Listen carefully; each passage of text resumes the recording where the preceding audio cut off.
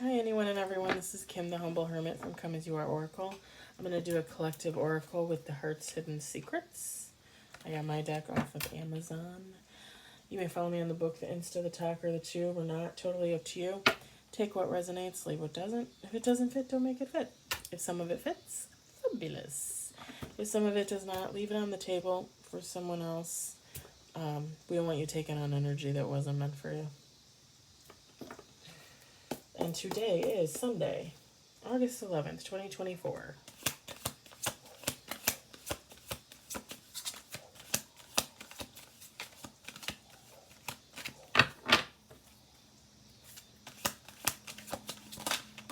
One card on the table.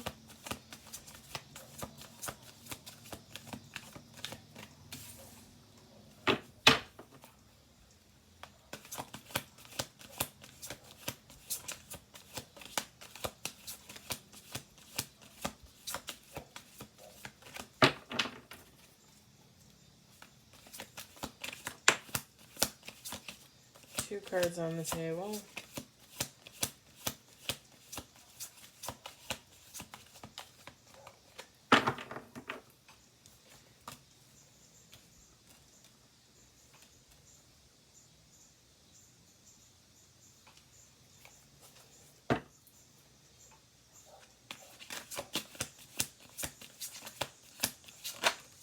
Three cards on the table.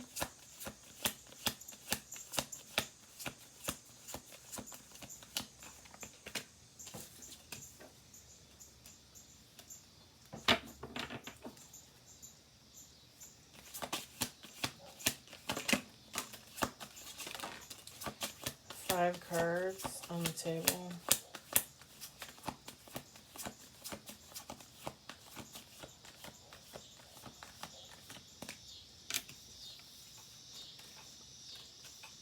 We'll do two more shuffles.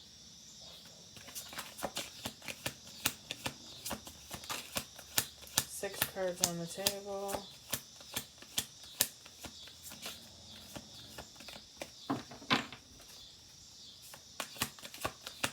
Last shuffle. Seven cards on the table.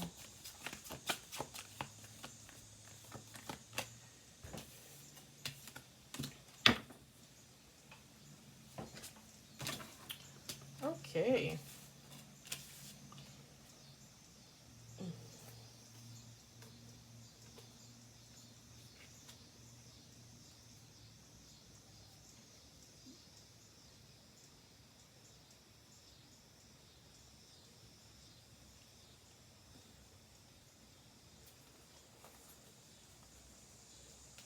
Set those over there.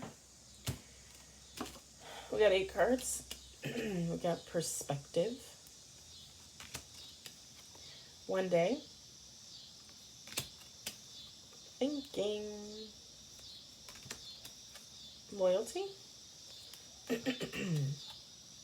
Longing. Healing. Foundation. And bottom of the deck, Past Life.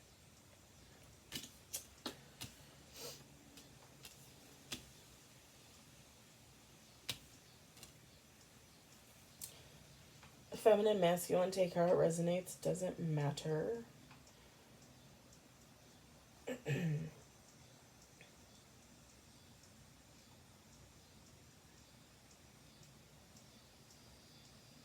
So this is interesting. This is all from the perspective of a past lover or someone from a past that you were in a past relationship with.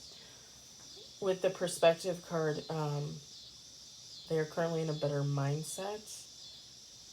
They have clarity.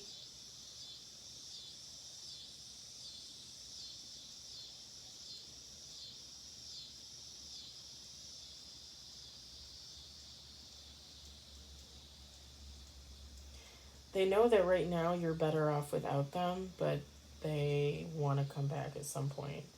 With the one day card, like one day they want to come back.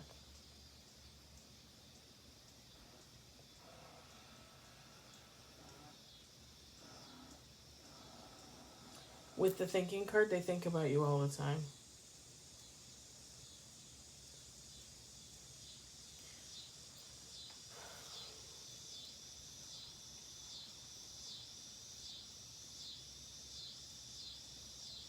When this person does come in for you one day, they want to be loyal. They long to be loyal for you.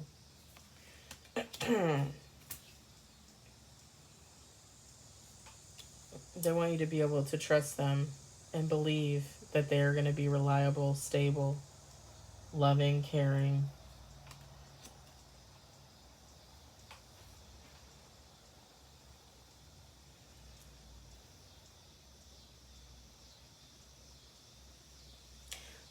With the longing card, they really want to be with you sexually, but they know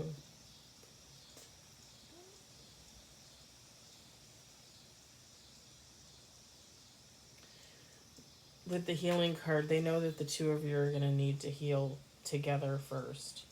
So, like, if they come back in and the two of you do get together, they picture, like, really building, with the foundation card, really building a sturdy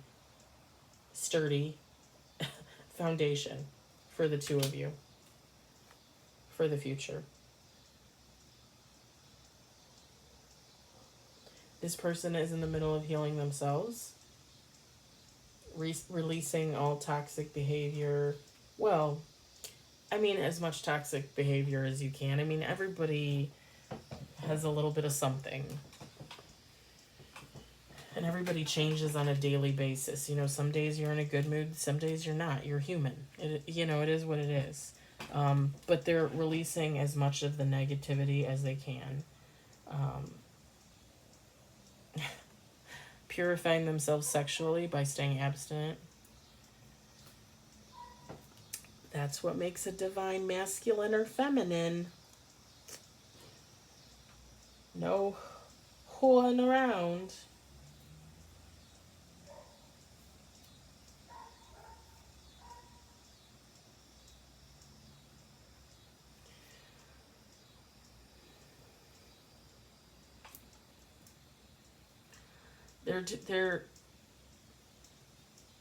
They're doing a lot of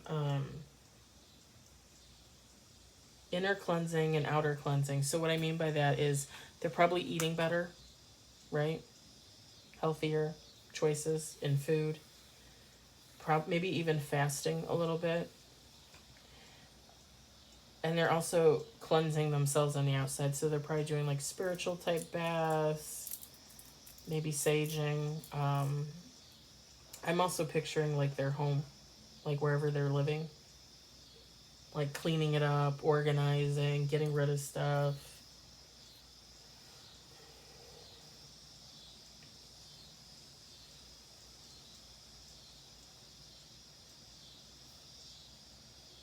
They realize that at one point before, you could have been a steady foundation for them, a sturdy foundation for them. And they feel like an idiot for letting that go. And all the things that you gave them before, like you made them feel like they were loved, like you made them feel like they were your family, you made them feel secure. Now they want to give that to you. They feel like they owe that to you.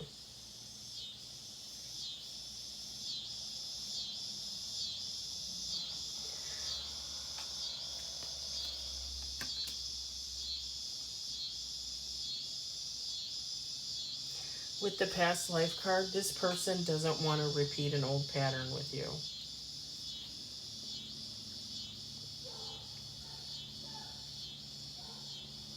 I'm not necessarily getting karmic. It says karmic lessons, but this person has definitely learned some lessons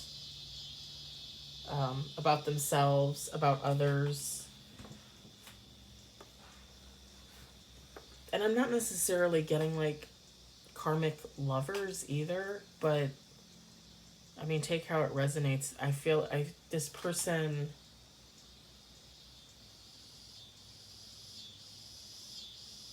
probably was just involved with people in general, friends, family, that maybe just weren't good for them. And yeah, probably past lovers. Like if they were all friends, you know, they all lived in the same town, on the same street, or, you know, whatever the case may be. And they're just realizing that these relationships are very toxic, and, you know, they keep repeating the same pattern, getting involved with the same people. Women, men, it doesn't matter.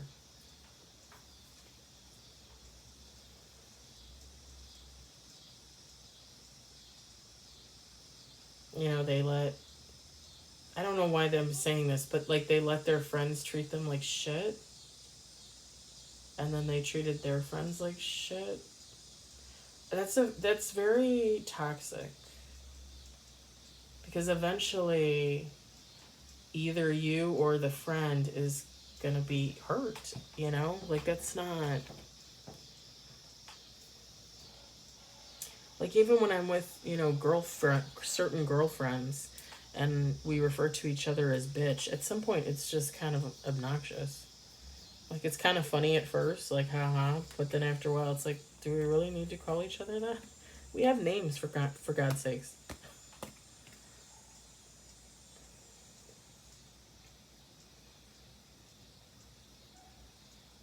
Yeah, this person doesn't want to experience any deja vu with you. Like they don't want to get in a relationship and then something happens and they're like, "Oh damn, like I did this stupid thing in the past relationship." Like they don't want to repeated patterns. They don't want to repeat patterns. They don't want that sense of deja vu. They want you guys to come together in this new union, like fresh. And I mean, obviously, you know, you guys know each other, but they just want it as close to new as possible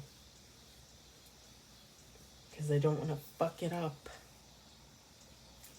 And I just heard that. I don't want to fuck it up.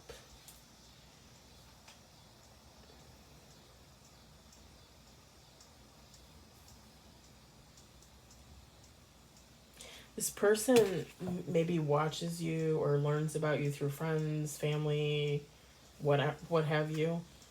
They know that you're happy right now. For most of you, you're single. There might be a few of you that are actually dating, like on the market. And this person is a little antsy because they don't want to come in too early because again, they're still working on themselves, but they don't want to come in too late either. Like they want an opportunity with you. But they know you're happy and they know you're better off right now without them.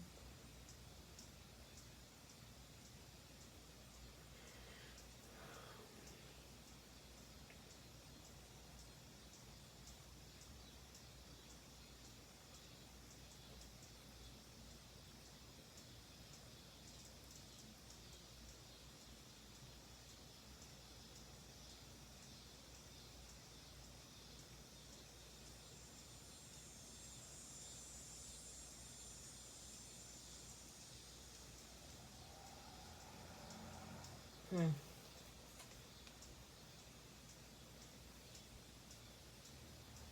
This person is happy too that they decided to start their journey, start their healing journey.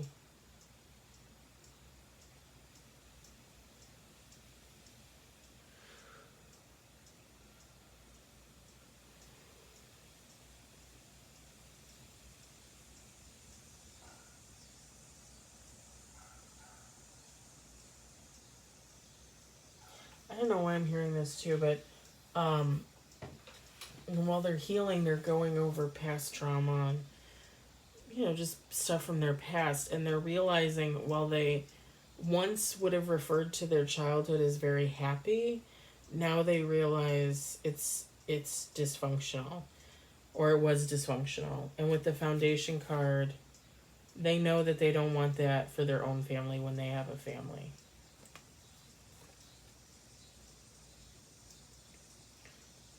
Like with the established, like they want to be established. They want to have a career, a job, you know, money in the bank.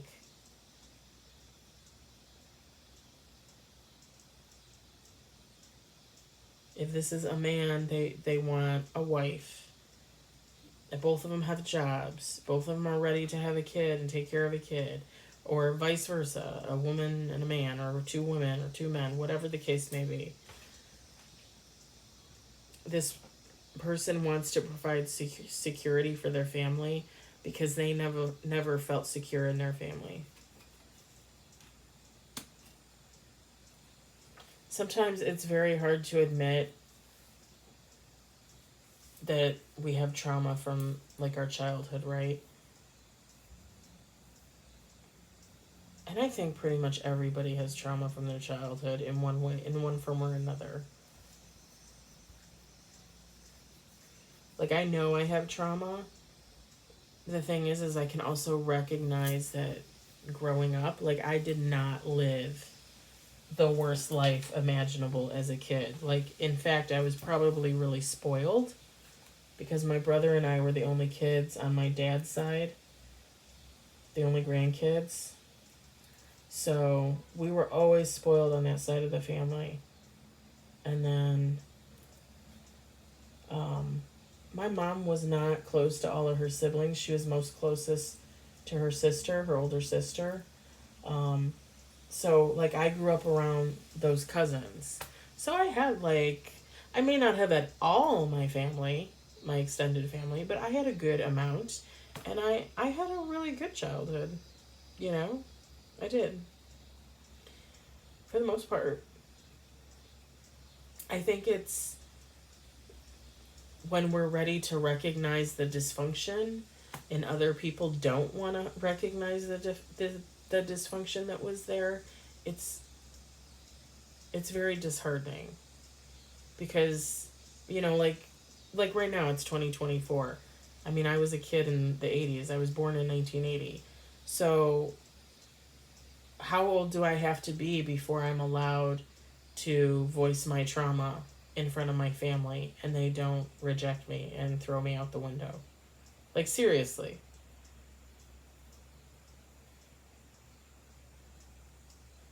You know, like, you're talking you're talking 30, 40 years later. Like, I almost want to say grow up. Like, at some point, like, even if you're the abuser, you need to admit that you were abusive. And if you were abused, you should be able to say, hey, I was abused. And I'm just going to say it. I don't think any abuse is any more horrible or less horrible than another abuse. But I will say that being emotionally, mentally, and verbally abused is just as damaging to a kid as physical or sexual. And don't tell me it's not. Because you're talking about somebody telling you you're worthless. And maybe not every day. Maybe just a couple times a year, a couple times a month. I don't know. But it's damaging to a kid, you know?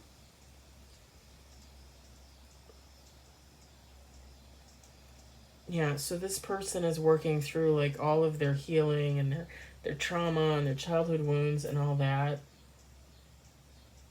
And I really think this person is going to come out on the other side a better person. A more stable, a more mentally fit person.